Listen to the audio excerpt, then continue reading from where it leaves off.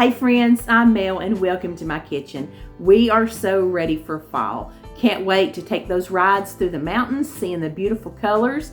Got a couple more months before we'll have that chance, but we're definitely ready for some cooler weather and some cozy fall food.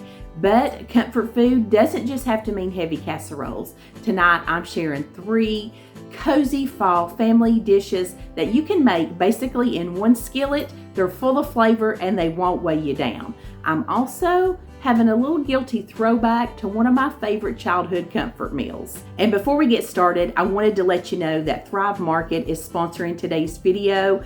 I'm so happy to partner with them, and as always, I'm so grateful for you guys always supporting me when I share sponsored content. I'll tell you everything and all about them here in just a little bit. Today I'm making one of those recipes that is great for cleaning out your fridge, your pantry, your freezer, and using up all those bits and pieces of things that you just don't want to go to waste.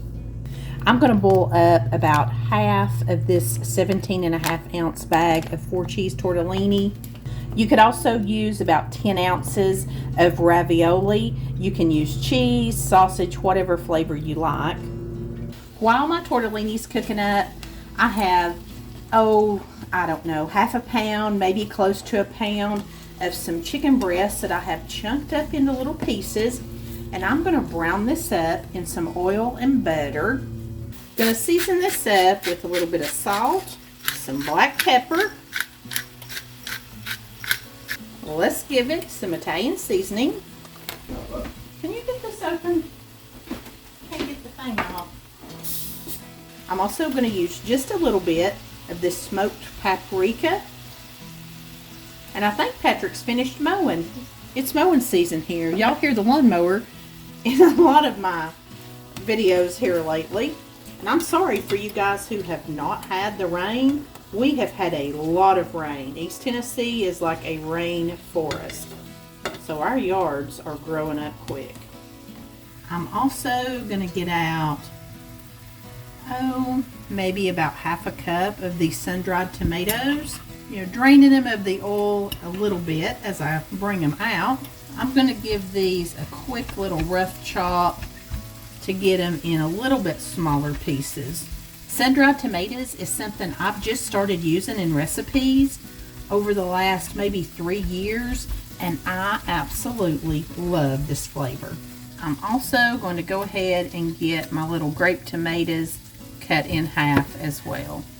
I'm going to add about 1/4 cup, which is about half of what I chopped up of these sun-dried tomatoes.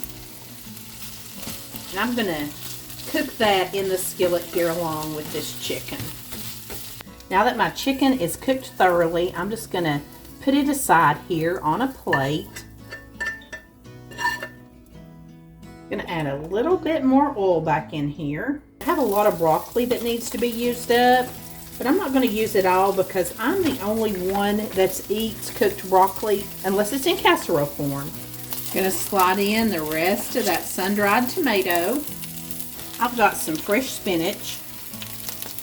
Sometimes it doesn't have such long stems, which doesn't bother me unless they're super long like that. I'm just going to let that wilt down in here. And I will leave you a link to this original recipe. It was a chicken ravioli basil pesto. That's what it was called. But like I said, I'm using the things that I have on hand. Before I add my chicken back in here, I'm going to take about 1/4 cup of pesto. That may be a little bit more. And I'm going to put a little bit of this basil in here with it. And let's kind of get all this coated and mixed in. Now that we've got that started, let's put our chicken back in. I'm going to take a little bit of my pasta water. It's got a couple little tortellinis in it. Just to kind of help this sauce come about. Now let's add this tortellini in. I definitely used more than I should have. But you know what? I think I will just stick that maybe in the refrigerator, and pull it out with some sauce for something else tomorrow. I could maybe add a little bit more in.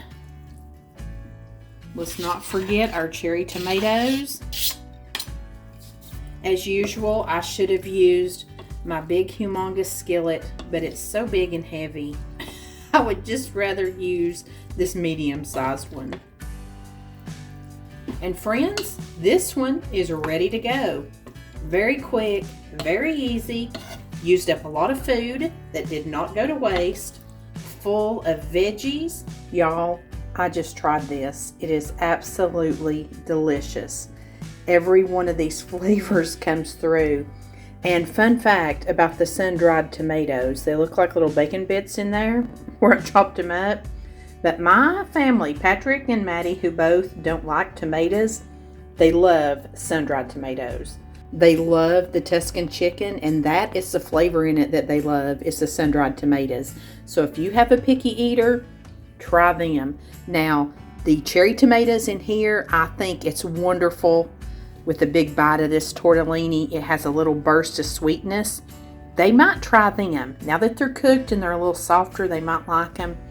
But y'all, give this a try. Either this way or with the original recipe. You're going to love it. And I'll let you know what Patrick thinks when he gets back in from mowing.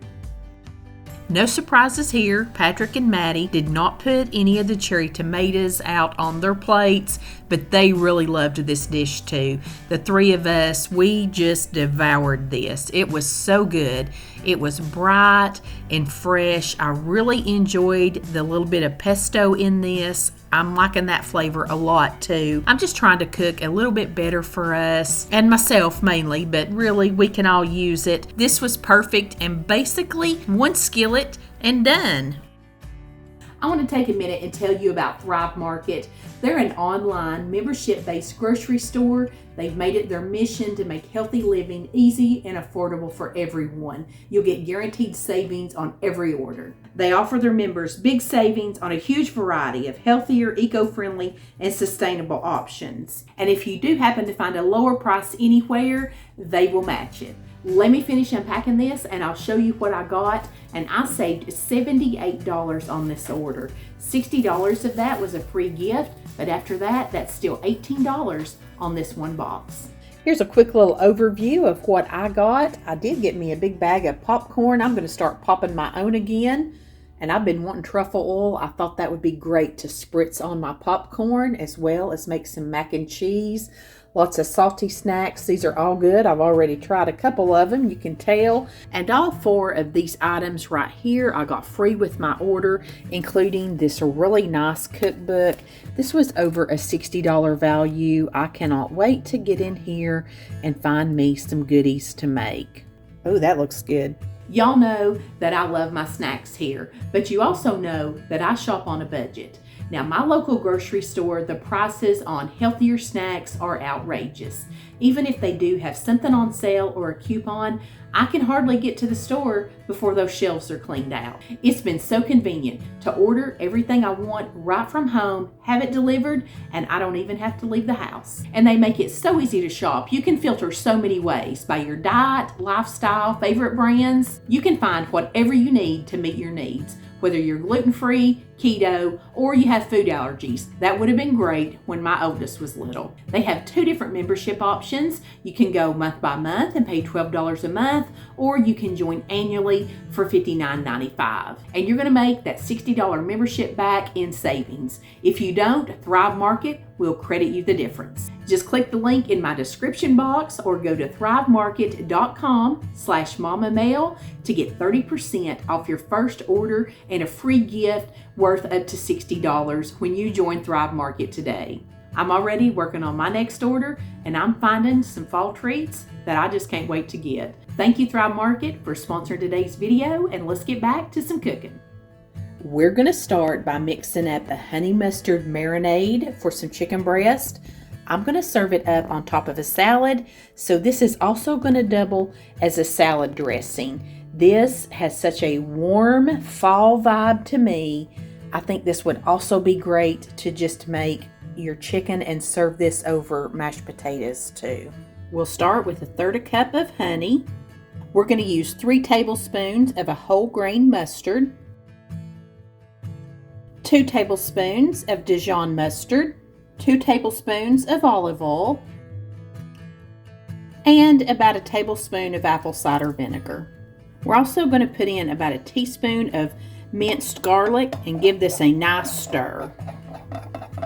I went ahead and mixed up the entire recipe amount for this marinade. This is enough to do 4 chicken breasts. I'm only doing 2, but I wanted to have a little bit extra of this. So if you're doing 4 chicken breasts, you're going to take half of this and marinate your chicken breast in it, and then save the other half for dressing for a salad.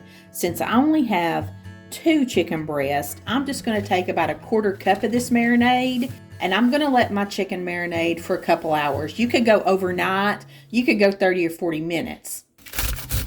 I've got a little bit of bacon frying up over on the stove. While that's going on, I'm going to start prepping my salad, starting with 1 heart of romaine lettuce. And if you've been here long at all, you know I like to wash my lettuce thoroughly, and I'm a big proponent of a salad spinner. That is the best way to get your lettuce good and dry and ensure that it stays fresh all week. I've got a giant red onion. I'm just going to cut us up a little bit of this. I just want some real thin little slices. Got a little Roma tomato here. I'm just going to cut it up real thin for myself. I've also got an avocado. I would like some slices of it on my salad. This one here today is very, very nice and ripe. Got my bacon nice and crispy back here cooling. Left my bacon grease in here. Put my 2 marinated chicken breasts in. I'm just going to cook them up about 4 or 5 minutes on each side till they're nice and done. This chicken smelled so good when it was frying up. To be such a very simple marinade, this had so much good flavor. I will definitely be doing this again, maybe baking it up. I also think this would make a great marinade for pork loin or pork chops. I'll definitely be using this marinade on a lot of different things this fall. You know I love to build a big O salad. I just love to pile it up with veggies and some of that good crisp crumbled up bacon. And I used some of the marinade I had reserved as a dressing for my salad. This is so good. If you love honey mustard, you've got to try this. It is not a tangy, overpowering mustardy. It is so sweet and just so mild but flavorful. This one is so good. Like I said, if you're a honey mustard lover, you've got to try this one.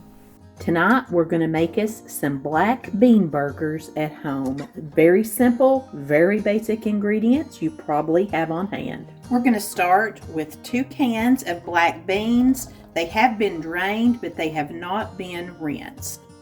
And we are going to mash these up pretty good. You can use a potato masher, the back of a fork, back of a spoon, maybe a mixture of all of them.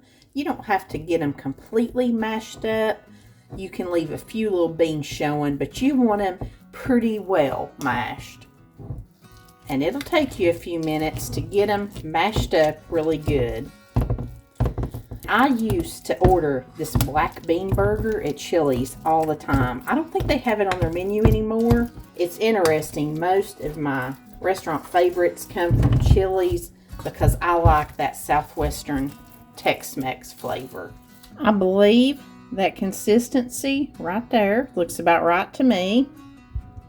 Into our mashed up beans, we're going to add 1 cup of breadcrumbs. I'm just using panko. Feel free to use a seasoned breadcrumb if you'd like. The recipe calls for 1/4 cup of grated onions. I'm just going to use probably a big tablespoon or so of these minced dried onions. I'm also going to put in about a 1/2 teaspoon of chili powder. Put in just a little bit of salt, a little bit of pepper, and we're going to put in 1 egg. Now let's get it all combined together. Again, this was a pretty stiff mixture, but once you make sure you have it all combined, you're going to let it set for about 5 minutes before you form it into patties. I'm actually going to put mine in the refrigerator. I just find when making patties, if it's cold, it seems to work a little bit better. I've got my largest skillet here. It's about 12 inches across, and I'm putting about a tablespoon of olive oil in here and a tablespoon of butter. Going to bring this up to about a medium-low heat. This is the skillet that I always complain about being so heavy, but it fries 4 big patties perfectly. I'm just going to divide my bean mixture here into 4 fairly equal parts. Doesn't have to be perfect. And I'm just going to make patties. Now, you want to make these probably a little bit bigger than the size of bun you're using, because these should not shrink up. They're not hamburger. And these are going to be huge patties. I should have known that. This recipe is actually a Pioneer Woman recipe, and you know she cooks big amounts. And I will have her original recipe linked below for you. I also forgot to mention you can put hot sauce in these. I didn't because I'm not a fan of a lot of heat. I like Tex-Mex flavor, but I don't like it to burn my mouth. So I will just let Patrick put hot sauce on his if he wants it. My oil's good and hot. I've got it about medium high. I'm going to cook them about 5 minutes on one side, and then I'll flip them. You don't have to worry about internal temperature and them getting done. They're beans. You really just need to get your burgers heated through, a little crispy on one side. I wonder how these would hold up on the grill. I think that would be neat to have the grill marks in them. You know how recipes are. Once you try it, then you can start playing with them. But I immediately begin to think of a taco ranch flavor. If you like that, you could put some ranch seasoning in your burgers, or you could serve it with like a chipotle ranch sauce. Or I think I'm just going to go classic with mine. Some lettuce, some red onion, and mayo. I'm going to use up some of the cheeses that I have in my fridge. I'm going to put Swiss on a couple. And I'll use up the last of this provolone and put it on the others. You don't have to put cheese on these, but you know, we're going for burgers, so let's just do it. I really liked these bean burgers. I'll say this, they did not have enough seasoning. That half a teaspoon was not enough. I'll add more chili powder next time, possibly some cumin and paprika. I still don't want it hot, but it did need some more flavor. That just was not enough for everything there was here. And I love a big black bean burger. Patrick, he doesn't really like it when I make patties out of leftover pinto beans, and he wasn't real keen on this, but if you like a veggie black bean burger, you're gonna love this one. Look at this little casserole dish full of ingredients and tell me these are not things that you see in your pantry every day. Tonight, we're taking these ingredients along with a pound of ground beef, and we're going to make us a taco bake. If you're around my age, your mom had some sort of version of this kind of meal that she pulled out on those very Mondayest of Mondays. While our ground beef is heating up, I'm going to combine half of this can of cheddar cheese soup along with a 1/4 cup of milk.